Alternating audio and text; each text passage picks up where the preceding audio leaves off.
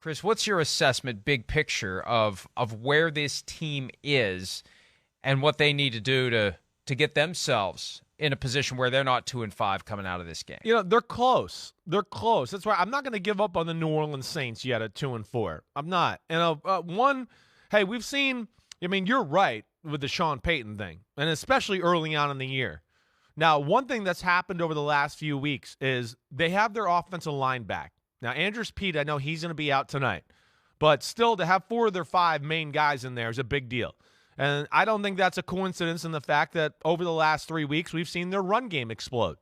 And that's been also the infusion of Taysom Hill quarterback design runs too when he's in there and the Wildcat stuff. So, that's where, you look at the Saints, their offense, it's up there. They give you some problems. The pass game has been a little inconsistent, and they've had injuries at receiver. And they got that issue again tonight. But, I think there's some positive things to look at. And the way that when their offensive line's healthy, it's one of the better offensive lines in football. It can mash people. But they need, Olavi and Jarvis Landry and Michael Thomas to be healthy a little bit. They need those guys to help out Andy Dalton or Jameis Winston, who aren't just going to tear you apart with a bunch of no-names. They're not. They need those guys to, catch a ball and break a tackle and get an extra 20 yards or whatever. So, from that side of the ball, there's some encouraging things. Their downfall, Mike, in my opinion, is the defense this year. The defense is good, but it's not dominant like we've seen the last few years. And they are they're a little too over-aggressive, if you had to make me say one thing about them, Mike. Too many big plays. Think about the last few weeks just in alone. The Vikings game in London. It was one big throw to Justin Jefferson after another. The next week against Seattle, it was Lockett and Metcalf and Kenneth Walker breaking 60s and 70-yard runs and passes. They were smothering Seattle. It was the damnedest thing I ever saw on film, Mike. The defense, it would be like gain of 0, gain of 1, gain of 0, punt it out. Next drive, gain of 1, gain of 0, 70-yard touchdown. I mean, and then last week against the Bengals, what did we see there? Same type of thing. Yeah, Jamar Chase out here, one-on-one, break a tackle, touchdown. Oh, Jamar Chase over here, one-on-one, boom, touchdown. We blitz and we're really close to Joe Burrow, but he escaped and he ran for a 20-yard touchdown. That has been their issue this year. Their defensive line is not as good as in years past. They've aged a little bit, Mike. So I'm not giving up on them, but they have some flaws for sure. This last play against the Bengals, I love Tyrann Mathieu, but what the hell was he doing there? It doesn't look good on that department, And they gave him a huge contract. Good for him. Yeah. Good for him taking care of his business. All for it. But listen, this is a guy that I love and have loved him throughout his whole career, but it's less than right now. And he looks like a guy that doesn't really want to tackle or do anything. And I can show you plays from the last 3-4 weeks where I'd go, he made a business decision there and said, no thanks, I'll just let him go. So, there's that. The front four, I think this is the biggest difference in their defense. Their front four can't get home. And then years past where they were beating Brady and winning some games like that, right? They didn't have to blitz. And right now, they can't do that. And then that's having to make, Allen, what the hell is Dennis Allen, excuse me.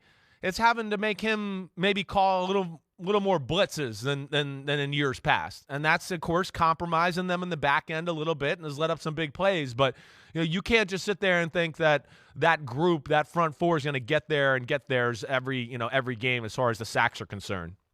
And I asked the question, who's replacing Sean Payton? Literally, it's Dennis Allen, who could focus exclusively on the defense in past years because Sean Payton was the head coach and the offensive coordinator as a practical matter. Now Allen's got to spend less time with the defense because he is the head coach of the team. And there's only so many hours in the day. And the question is, how much sleep do you want to go without? How many nights per week do you want to fold the couch open? And I'm sure that coaches who actually sleep in the office have something better than that. They're not pumping up an air mattress. But how many nights per week are you sleeping in the office? How are you turning your life upside down week in and week out as you commit or don't to spending every waking moment to getting your team ready, and it's a transition, and Sean Payton was maniacal about it. So it's not easy to do. And then you throw on top of it, Chris, Michael Thomas, out. Right. Jarvis Landry, right. out. Andrus Peat, out. Marshawn Lattimore, out. That's not good. And look, this doesn't mean they would have been ready to go if the game was on a Sunday, but this is one of the realities of short week football. Guys who are injured have 3 fewer days to get themselves together and ready to go, and you're going to have some guys who just can't make it, just can't play. And I'd rather that than put a guy out there who shouldn't be, but it diminishes the quality of a given team, and it makes it hard for that team to win. Yeah, it does, and there's no question. That's the problem with Thursday Night Football, and I think that's why you and I have, for really the last 2 years tried to say, can't we find a formula where it's not a 4-day rest period for teams or a 3-day rest period and then play on the 4th day? Can't we find another way to do this, to make the game more quality, to save the players from injury?